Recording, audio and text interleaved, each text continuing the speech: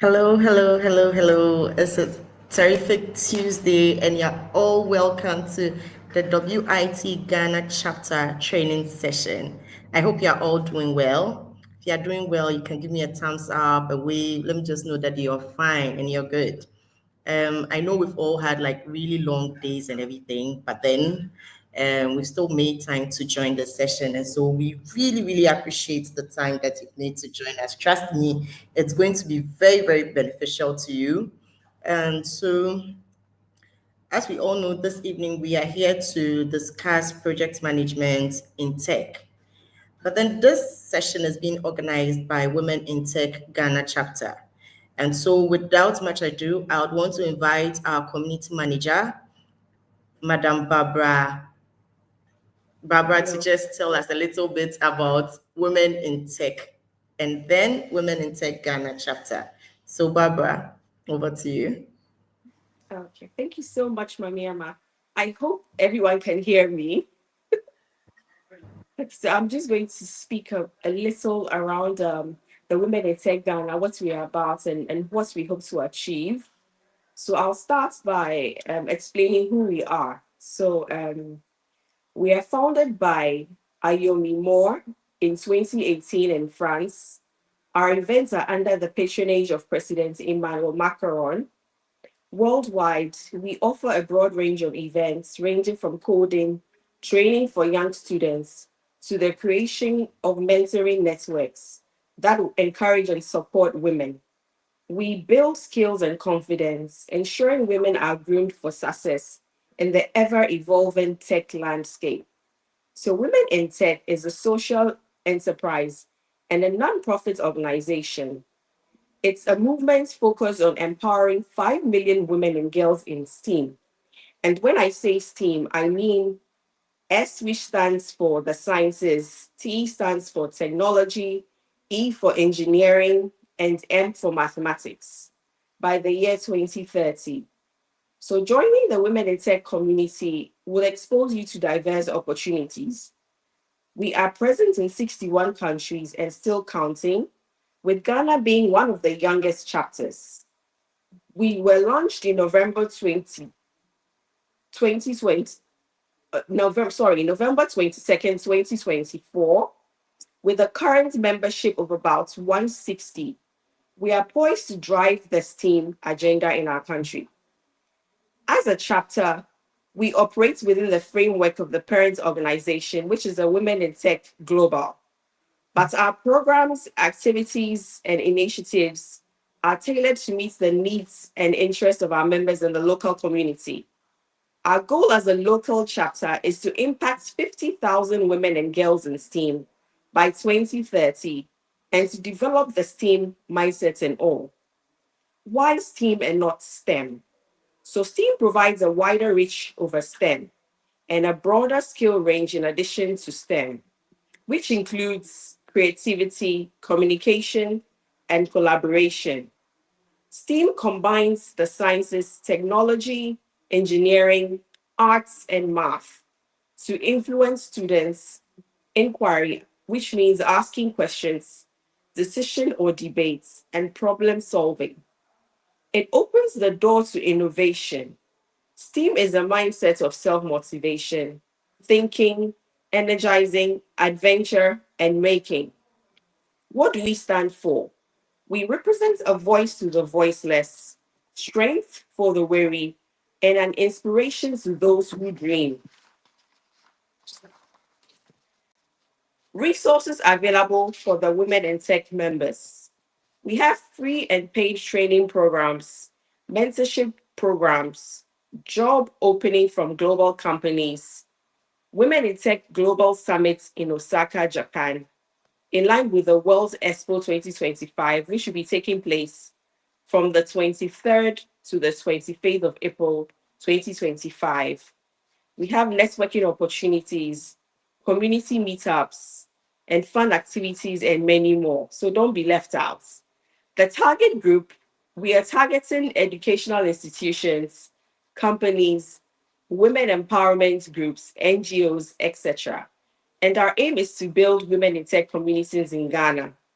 So, how to join? You can know more about us by joining womenintech.org. To join or register with us and access our programs, you can join us with the wits-h.com. That's the website. We'll provide that after the session so that you can join in as well.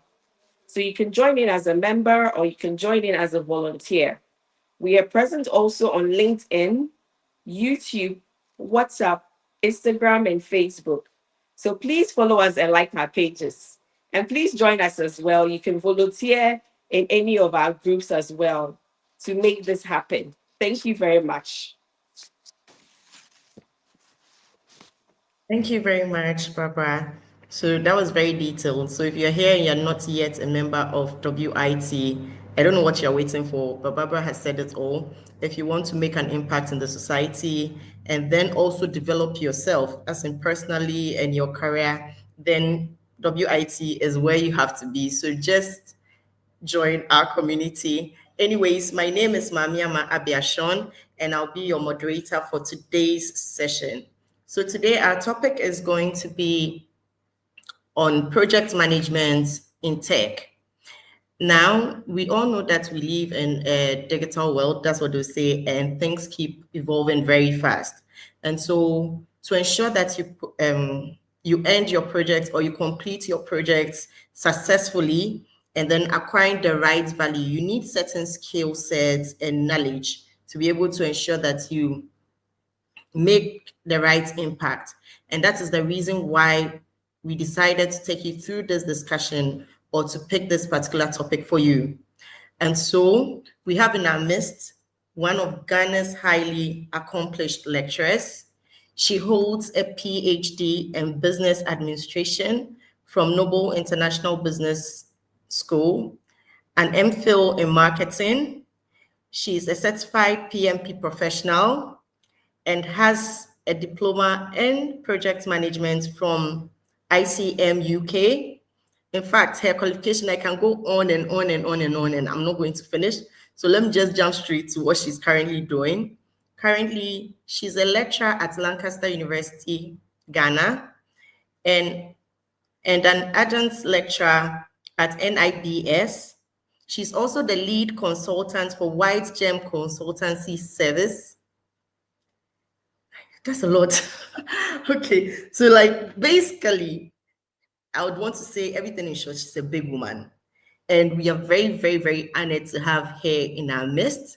So please, with your virtual drum rolls and virtual waves and virtual claps and everything, I present to you our esteemed speaker for today's session, Dr. Joel Enyonam Ewade. Wow, wow, wow, wow, wow, wow. Thank you so much. Thank you so much, Mame, for that glowing introduction. Thank you, Doc, for actually making time to join us. We truly appreciate this. You know, we are going to truly benefit from your expertise today. Thank you. Thank you so much for having me. Good evening, everyone. Good evening, everyone. I'm happy to be here, really. I'm excited to be here. Barbara and I have been talking about this for a while, and I'm glad that it's finally, happening. It's finally happening. I want to start by acknowledging the leadership of women in tech generally, and particularly the leaders in Ghana, the leaders of the Ghana community. I believe this organization has a great vision, a very great vision, and I'm happy to contribute to this vision. So happy to contribute to this vision. If Stephen can put up my slides for me, I'll be grateful. And please, I want this to be as interactive as possible. I mean, in trainings, I ask questions, I'm waiting for responses, hearing what you think, that kind of thing. And I'm realizing that our comment section can very well facilitate that. So please, your comments are welcome. From time to time, I'm going to be asking you questions too. Yes. So without further ado, my topic is project management skills for tech. Project management skills for tech. And I know that generally people have um, these perceptions about project management, that it's technical, it's for those in construction, um, and then, building, that kind of thing. Some people have that perception about project management.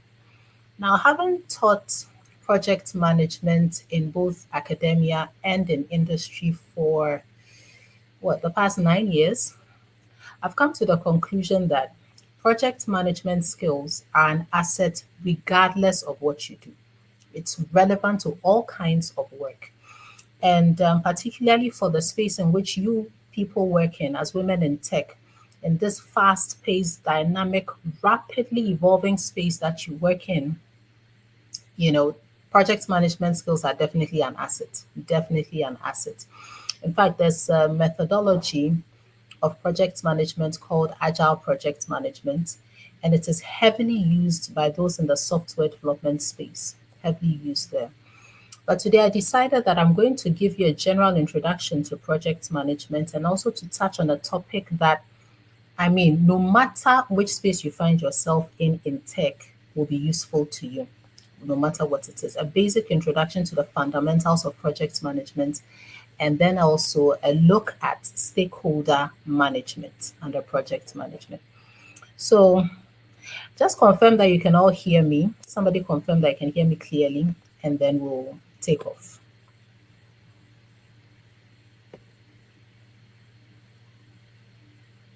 Mami, am I very audible?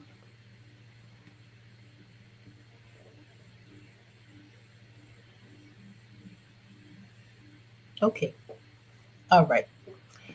So, what is project management? What is project management? And even before we go into project management, what is a project? What is a project?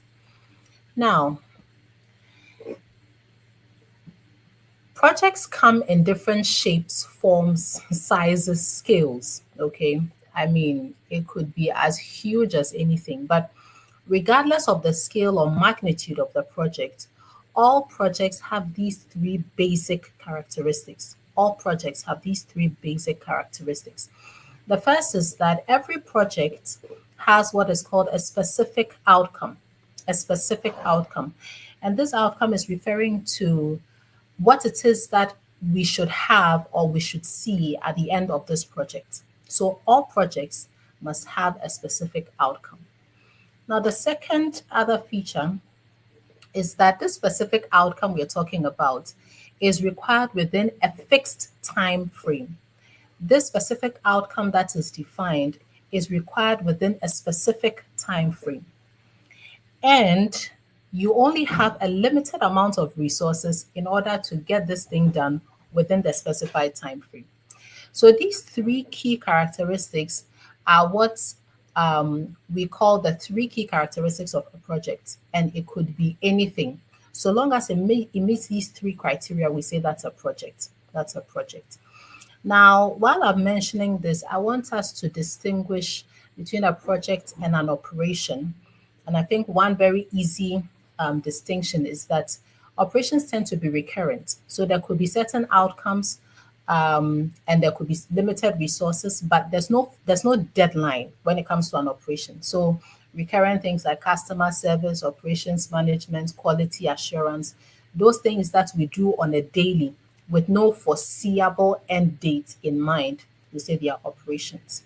Now, there are similarities in operations and project management, but just know that projects have a fixed deadline. There's a fixed time frame for every project, along with a specific outcome and the limited resources. And having said this, can you think of anything, any endeavor, any undertaking that has these three key characteristics I've given you? A specific outcome, you can put it in the chat. A specific outcome, a fixed time frame, limited resources. Any project that you've been involved in, you can put it in the chat so we see whether you understand what I'm saying. Mhm.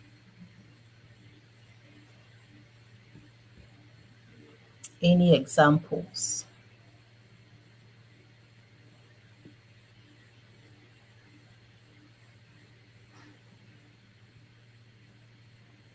having a specific outcome required within a fixed time frame, and with very limited resources. Waiting for your answers. But I mean, it could be anything. It could be anything, anything from even writing an essay. I see somebody talking about a kitchen renovation project. That's a fantastic example. Kitchen renovation, very good. Yeah, so there I'm assuming that you are expecting, you have an end, a picture, okay, a picture in mind of what your kitchen should look like. That's your outcome. And of course, you are requiring it within a certain time, maybe within 1 month, within 1 week, within 1 year. You have a fixed timeline. And then, of course, you don't have all the money in the world, right? Yes. So that's a very good example, kitchen renovation. Judy A is also talking about training a group of people in a given time. Very good. So, what I'm doing now is even a project. So, I have to teach project management skills for tech. I have 1 hour to do it. I don't have all the resources in the world. It's a project. It's a project. There's an outcome we are desiring that people would have, gained some project management skills. Wonderful. Luvina is saying, organizing the Women in Tech chapter launch. Wow, that must have been major for you. Must have been major. Going around looking for people who be interested in this program, getting a venue, getting speakers. Hey, I imagine it must have been very involving. But I like your answers. It tells me we understand what a project is. And we're also realizing how varied it can be. How varied it can be. I was saying that it could be as simple as writing an essay. An essay is required of you within 4 weeks at school. You have a deadline and all that. It could be as simple as that, or as simple as cooking a meal.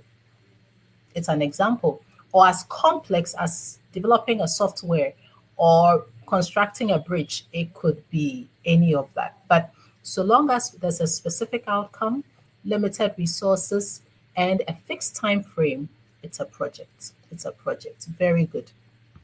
Oh, Laura is saying finishing a milestone of a school project. Lizzie is also saying 3 months intensive cake making. Beautiful examples. Beautiful examples.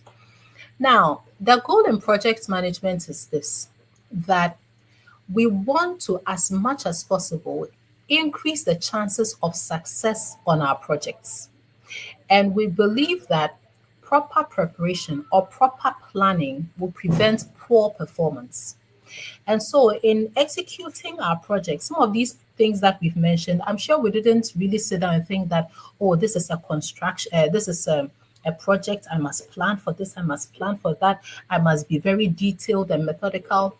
In fact, many times we play by the ear, and then we just do whatever it is, and then if it succeeds, we are happy. If it doesn't succeed, oh Lord, what went wrong?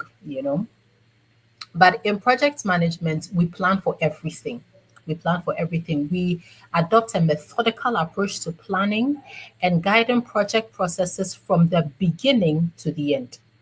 And so in project management, you learn, about projects by planning and executing projects using a variety of attitudes, tools, skills, and all that, just to increase chances of project success. And as I mentioned, project management skills are relevant regardless of what you're doing, regardless of where you work. So, yes. Now, okay, Samuel, I see your example. Construction of a 2-bedroom house. Yes, that's major. That's major. That's a major project. Thanks for sharing. A wedding. A wedding is a very major project these days. Would you agree? A very major project these days. Anyway, now these 3 characteristics I told you about, having a specific outcome, fixed time frame, limited resources, they translate into what is traditionally called the triple constraints of a project. Okay. And so the specific outcome, which I spoke about, translates into the scope of the project. Okay. Now, the scope has to do with, it's like the totality of work that has to be done in order to achieve the objectives of the project. Okay, the amount of work, that the results, the deliverables, the outputs that must be in place in order to consider a project complete. That's what we call the scope of the project. The limited resources we talked about translates into what we call the budget or the cost of the project. And then, of course, the fixed time frame translates into time or the schedule of a project. And within these three constraints of cost, scope, and time, we are aiming to achieve an acceptable level of quality on our projects. Okay. Now, I'm showing us this. So, traditionally, this is called the iron triangle or the triple constraints of a project. Now, I'm showing you this because these three key characteristics also limit what you can do in your project. Okay. Such that a change in any of these three key dimensions will affect one or more of the others. One or more of the others, such that if there's a change in your budget, it's likely to affect your scope, your time, your quality. If there's a change in your time, it's likely to affect your scope, your cost, your quality. If there's a change in your scope, likely to affect your cost, your quality, your time. And I'm mentioning this because typically when you started a project, and okay, so we have started at the beginning at initiation. We've said we are doing X, Y, and Z. We are going to what, let's say, construct a two-bedroom house. We have 1 year to do it, and this is the amount of money we have. Or whatever other project you are. I wish you could give me examples of projects you typically work on. But you'll find that as you go along, sometimes there'll be change requests. Like somebody comes and says, "Oh, why don't you just add this other feature to it? I think it will make it very, very nice." And that's a change in the scope. Okay. Now, typically you would think that, oh, it's just a small change. It won't really do anything. It's just an extra table or an extra chair or an extra space, parking space. It's not really anything. But in project management, we are very particular about these changes because when you change one side of it, one dimension of it, it affects all the others. You are supposed to deliver a project within 1 week, and then suddenly they come and say that, oh, instead of the 7 days, can't you just quickly do it and finish it within 5 days? Oh, 5 days. Okay, we'll try. We'll try. What you're not realizing is that now that there's been a reduction in the time, it's going to affect the scope in the sense that you might not be able to do as much work as you had hoped to do or as you were assigned to do originally. It's going to cost you more. It's likely going to cost you more because now you are going to have to fast track things. Maybe people will have to work overtime. Maybe you are going to have to hire extra hands, and that is very likely going to increase your cost. Quality is likely to be compromised because quality takes time. If you're going to rush through things, you are very likely going to compromise on the quality. And so you see how it affects all these things. You understand? Okay, so I see examples here technical for communities projects. Okay, I didn't quite get that too clearly. Deploying a new app to users at the workplace. Very good. Somebody says, "So why don't you add this extra feature?" I think it will make it very interesting. There are implications to that, and as project managers, we must be mindful of these things whenever we are making changes. If there's a change to your budget, if slash they've reduced the budget a bit, it's going to affect scope, how much work you can do. It's going to affect time, how much time you'll be able to do it within. It's going to affect quality. Okay, so let's have this in mind that within these triple constraints, or because of these triple constraints, any changes in any of the dimensions of the project has a very high likelihood of affecting one, at least one or more, one or all the other dimensions of the project. So let's have this in mind when we are entertaining change requests from people. Okay, now planning in project management. By far, that is for traditional waterfall project management. Planning is the most involving. Remember, I told you is that we believe that proper planning prevents poor performance. And so nothing is left to chance. Like we plan for everything. You plan communications, you plan for scope, you plan the schedule, you plan for quality, you plan procurement, you plan HR, you plan change, You plan stakeholder management, you plan communications, you plan for every little thing in project management. And there's documentation so that it's like nothing is haphazard. Nothing is haphazard. Today I'm just going to focus on planning stakeholder management. Planning stakeholder management. Now, who is a stakeholder? What do you think a stakeholder is? Let me see your responses in the chat. I think that's a term we use very often. Stakeholders. Who are they? Who do you think a stakeholder is? Mhm. Waiting to see your comments. What do you think a stakeholder is? Okay. Somebody says those who are part of the project. Very good. Those who are part of the project. Okay. So this is Barbara. All right. Mhm. People who have an interest in a project. Very good. Thank you, Faith. Any other thoughts? Stakeholders. Who is a stakeholder? People who are part of the project, people who have interest in a project, anyone who impacts or can be impacted by the project. Very good. Very good. Oh, this is wonderful. This is very good. Yeah. Judy says, whoever is involved in a project in one way or another. Good. Thank you, Judy. Thank you. All right. Now, stakeholders. Stakeholders, I think you have really pretty much you have captured it. Lizzie also says someone who has interest in your organization. That's also a very good one. I think generally we have a very good idea of what a stakeholder is. Sometimes when I'm teaching my students, I like to ask them, so if this who's a stakeholder, who's a stockholder, who's a shareholder? And it's usually a very interesting discussion. But stockholders, shareholders, their money is in it. Stakeholders, their money may not be in it. But as you have put here, people who have interest in and or influence over the outcome of your project. Okay. Any individual or institution that has interest in and or influence over your project, over the outcome of your project. Okay. And yes, it could either be direct or indirect. These are all stakeholders. All right. I think, how do I let this go?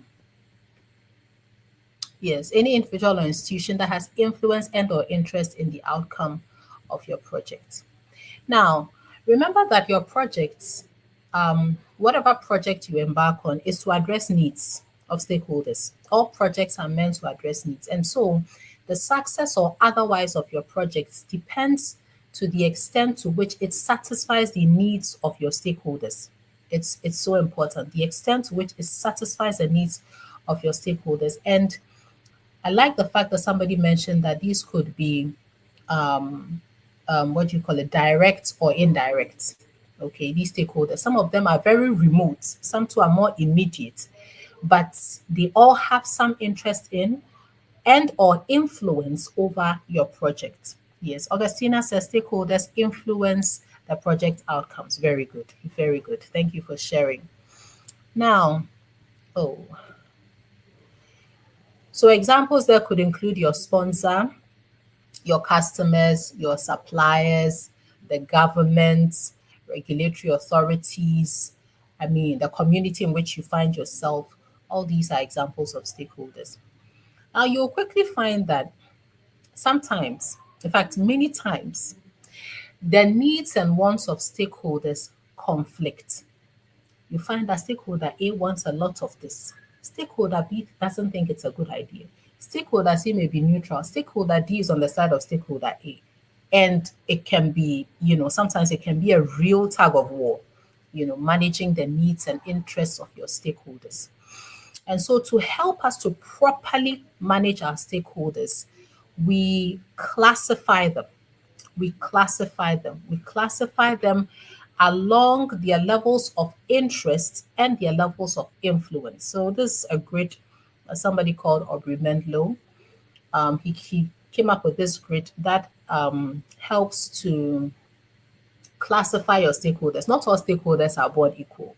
Yes. So how to classify them so that you can prioritize them. Okay. You classify them so that you can prioritize them, because we've mentioned that resources are scarce, right? Your time, your energy, your money, and all that. It's all scarce.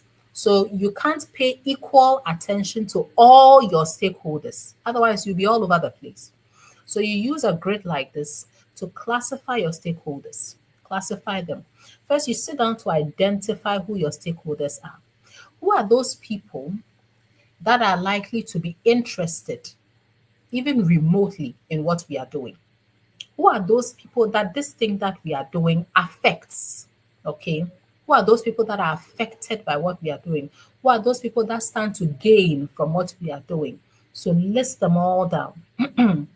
Then you also ask, who are those who have power over what we are doing? List them all down. So anybody who has some interest, anybody who has some power over your project, you consider them a stakeholder. You list them all down. And then you come to this grid and then classify them. Classify them. So on the vertical one is the y-axis, right? On the y-axis, we have the influence. So there's low influence, there's high influence. And then on the horizontal axis, we have interest. And so those in this, I don't know if you can see my cursor, in this lower blue box here, have a low level of influence. It means they don't have too much power over what you are doing. They don't have too much influence over what you are doing. Whether they are happy with you or not, it doesn't really spoil anything for you. They are here, low influence. And they also have low interest. It means that they are not directly affected by what you are doing, and or they are not going to benefit really from what you are doing. Okay, so they are here. They are not benefiting much from what you are doing. So they are here. Those people, we just monitor them. Just monitor them for any changes in their levels of influence and or interest. Then those at the top here in the orange box up here. Okay, those people have high influence. It means they have power over what you are doing. They have power over what you are doing. If they are not happy with you, it is not a good place to be. Okay. They have power over your project, but their interest level is low. It means that they don't really stand to gain much from what you are doing, or they are not really affected by what you are doing, but they have power.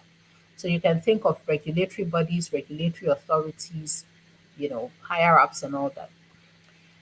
Those are those in this orange box. Then those in this um, red box down here, they have high levels of interest. It means that, look, they stand to gain from what you are doing, or they are directly affected by what you are doing. So high levels interest. But in terms of influence, it's low. It means they don't have much power over what you are doing. And then at the top right corner, we have those who have high interest, high influence, which we call our key stakeholders. Key stakeholders, those ones, look, engage them, consult with them. If they are not happy with you, it's a problem. If they are not satisfied, there's a problem, because they stand to gain from what you are doing. They are directly affected by what you are doing. And at the same time, they have a lot of power over what you are doing. So those stakeholders, we manage them very, very closely. We don't joke with them at all. So this is just a tool to help you classify them so that you prioritize, you determine who you are going to give more attention to and less attention to. In terms of engagement strategies, just keep this in mind. For your key stakeholders, we'll say that, of course, because they stand to gain from you, they also contribute. It's like they put effort into what you are doing. So involve them, engage them, consult them, manage them very closely. Manage them very closely. As opposed to those who have low interest, low influence, those people, you inform them, send out general communication, let them know you have them in mind.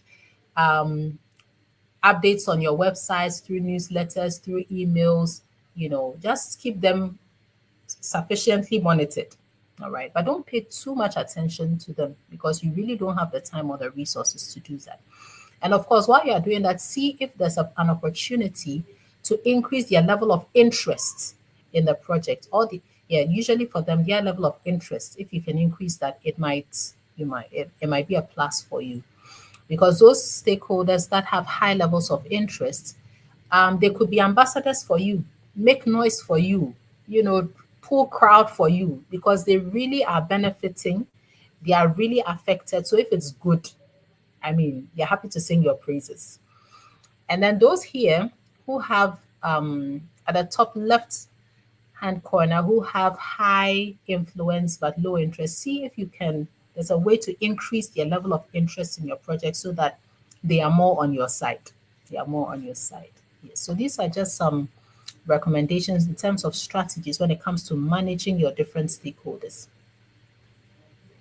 Do you understand so far? Yes, so very basically, if you are drawing up a plan to manage your stakeholders, first and foremost, identify them. Who are my stakeholders? List them all. Who are my stakeholders, like I've described? Just list all of them. Then, number two, you classify them the way I've showed you. Just classify them according to their levels of interest and their levels of influence. Then you also want to ask yourself, what are their needs and wants? What are the needs and wants of this particular stakeholder or that particular stakeholder?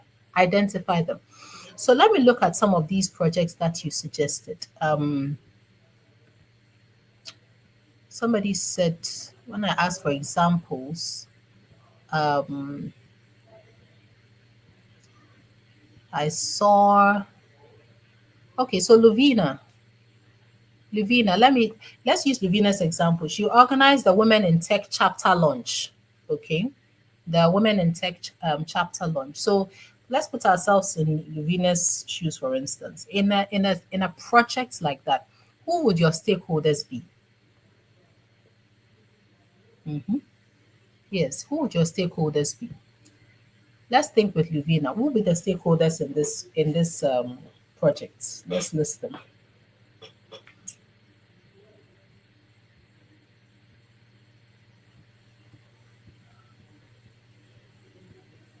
Let's list them.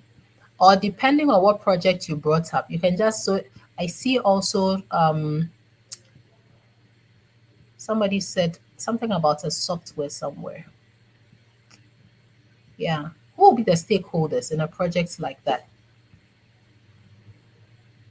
Okay. So Barbara mentioned for, I think, Luvina's example, that Women in Tech Global is your stakeholder. Women in Tech Global, which category would you put them in terms of the classification of stakeholders? Let's also list other stakeholders we think were in such a project. Or if you've been in another project you want to talk about, tell us who your key stakeholders were. Okay, so understand this. Okay, so Judy says older women in the tech industry. Yes, the trailblazers, right? Those women, what kind of stakeholder would you call them in terms of their level of interest and influence? How would you classify them? Women in tech global, how would you classify them? Judy also says tech people in academia. Very good. It's another very important group of stakeholders. Are they key stakeholders? Are they, which quadrants would you put them? Luvina says institutions, nonprofit organizations, companies, women empowerment groups. Very good. Very good. How will we classify these ones? Okay, so I see another message up here somewhere. Okay, so Women in Tech Global, Barbara is saying there will be high influence and high interest. Would you agree? High influence, high interest. Because if they say that, no, we are not happy with one or two things, so we are not having this program. That's it. That's it. So they are key stakeholders. And for them, I'm sure you engaged them actively, you consulted them actively from the beginning to the end. Am I right? Yeah. Yes.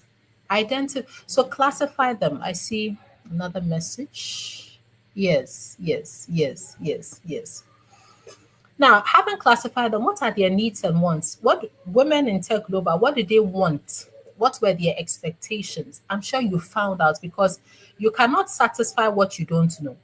And sometimes people sit, especially like you're planning a project, people like to sit, identify the stakeholders, and then imagine what their needs would be. If you have the opportunity to engage them, please don't guess. Talk to them. Talk to them. Engage them directly. So we are doing XYZ. We'd like to, invite you. We'd like you to be involved. What are your expectations? What are your needs? What would you like to see with this program that we are doing? Yeah, yeah. Engage them. Don't assume you know their needs and wants. Actively find out from them. Take polls, do interviews, call them. However, you will get that info. Make sure that you have a very good understanding of what their needs and wants are with respect to your project. Okay, Judy also mentioned students in the STEAM fields. I imagine those would be stakeholders that are very interested, but they may not have too much power, right? Very interested because they stand to gain from this, but they might not have too much power. And so the way you manage them will be very different from the way you would manage women in tech global. The audience, yes, all these are very good examples. So find out what are their needs and wants. And then finally, sit down to determine how you plan to meet those needs and wants. What exactly are you going to do to meet these needs and wants that have been identified? You need to sit down, like write them out, write them out, write them out. Have a document, stakeholder management plan. This is how, these are our stakeholders, this is the assessment of them, these are their needs and wants. And in our project, we are going to do X, Y, and Z to target these particular needs and wants that have been identified so that we are not shooting in the dark, right? So that we are not shooting in the dark. And so, very simply, this is like a very basic plan. You could have a table like this where the stakeholder is identified in the first column. Interest, level of interest, you assess. Level of influence, you assess it. What are their needs and wants, you put that there. And then how to meet those needs and wants, also stated very clearly. Okay. Somebody says members and volunteers, potential members. Yes, yes, yes, yes. So potential members, their interest may not be high yet. Okay, so they might hear about like, it sounds interesting. So your goal in managing such a stakeholder will be to increase their level of interest. Try to make them see how this whole thing benefits them. When they join, these are the perks, these are the benefits, these are the opportunities. Work at increasing their interest. Because the more people you have interested in it, the louder the noise they can make for you. You see, so they are stakeholders, but their interest at this point is low. It's low because they are not really appreciating it too well yet. You see, so your strategy for them would be different, right? Very good. So when you draw your plan, you should have a table like this. And this is a very simple, basic table. I'm sure anybody at all can work with this for managing your stakeholders. Yes. So today, in this short time that we have, I have taken you through the triple constraints of a project, explained what a project is, shown you that these triple constraints affect each other. And so changes to any of them should not be made lightly because they affect all the other dimensions of your project. We have understood who stakeholders are, and then gone ahead to see how, like a very simple way of managing what it means to manage stakeholders on your project, because happy stakeholders means a successful project, right? All right. So, any questions at this point? Any questions? Any comments? And then while I'm taking this, I'd like to know what your big takeaways are. Okay, Hartwell is saying experienced women in tech industry, students studying STEM. Yes, experienced women. Yes, they have a lot to add for you. Okay, if they come in, they tend to be influential. So if you have them on board, they're likely to pull crowd for you. The way you manage them will be different. You see. Yes. So I have come really to the end of it. It's 7:49 already. How time flies. But let me know, what are your questions, your comments? And if you don't have any of those, let's see what your big takeaways are in the chat. In the chat. In the chat. Any questions, any comments? And what are your takeaways from today's session?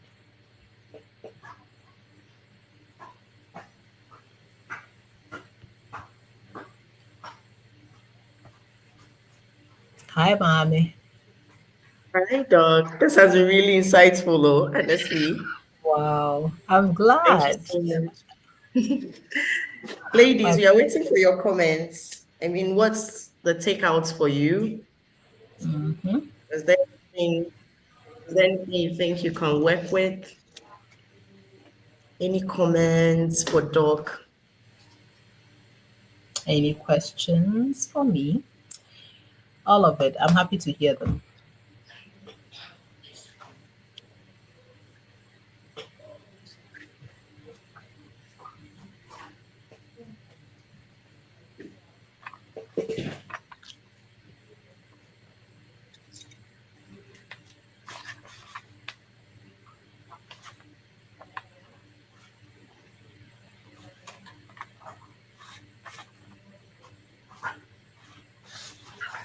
Okay, so I think there are no messages Um, or questions.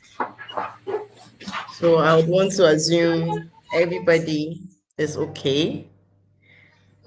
I think that's very strange, but well, okay. Anyways, Doc, thank you so much for this insightful session. For me, my pleasure. my key takeout would be how to categorize my stakeholders. I mean, every time we work with stakeholders, but then I've never really sat to put them in that kind of category before. High interest, high influence, this and that. And then that would also help me to prioritize my stakeholders. And so for me, that would be my key takeouts. Now, when I'm working on a project, I'll just take my book and be prioritizing or categorizing my stakeholders. And yes, so thank you so much for that. I see a comment coming in from Judy. She's saying my takeaway, the planning stage of project is very important. That's what she's saying. Exactly. Thank you, Judy. Any other comments?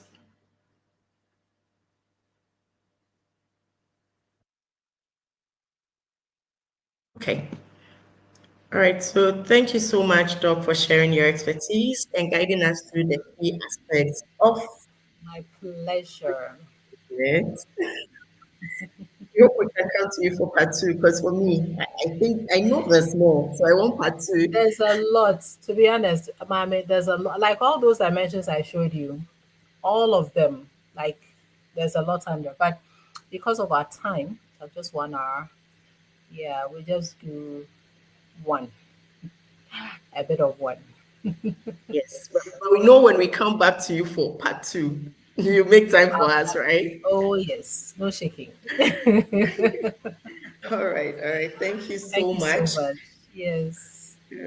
Thank you to the organizers, to our community team for making this happen. Okay, I think there's another takeaway. So this one says every activity, work, or project has its related stakeholders. So I must be able to know the different stakeholders to be effective in all I do. Exactly.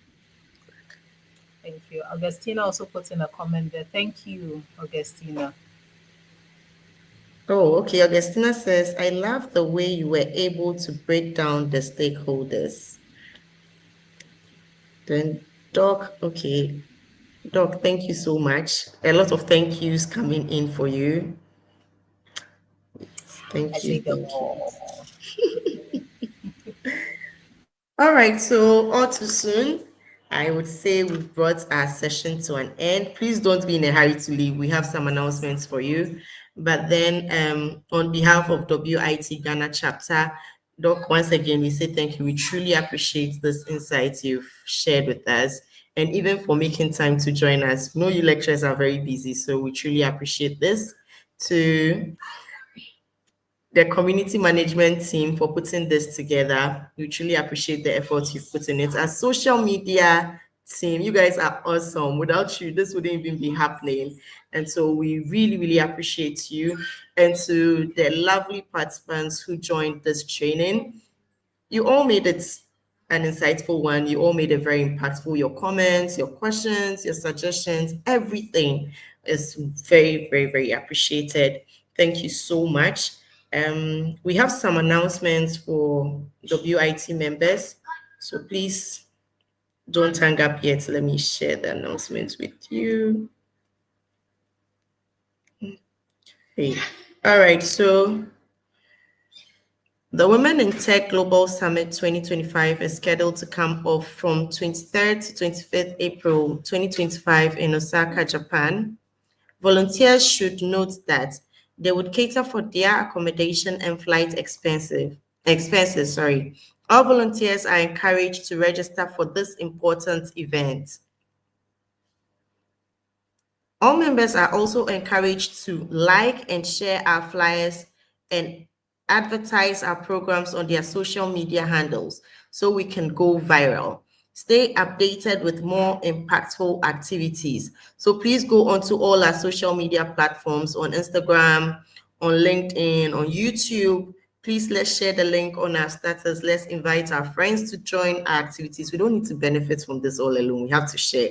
We are women helping women. So please let's share. Okay. Then call for volunteers and sponsors. We are looking for dedicated volunteers and sponsors to support our initiatives. If you are interested, kindly reach out to us. Let's make an impact together. So please, if you are interested, do reach out to us on any of our social media platforms and we'll definitely respond to you. Let's accelerate action together. Thank you so much. I hope you all enjoyed this as much as I have enjoyed it. Enjoy the rest of your evening. Stay blessed. So we'll meet again next.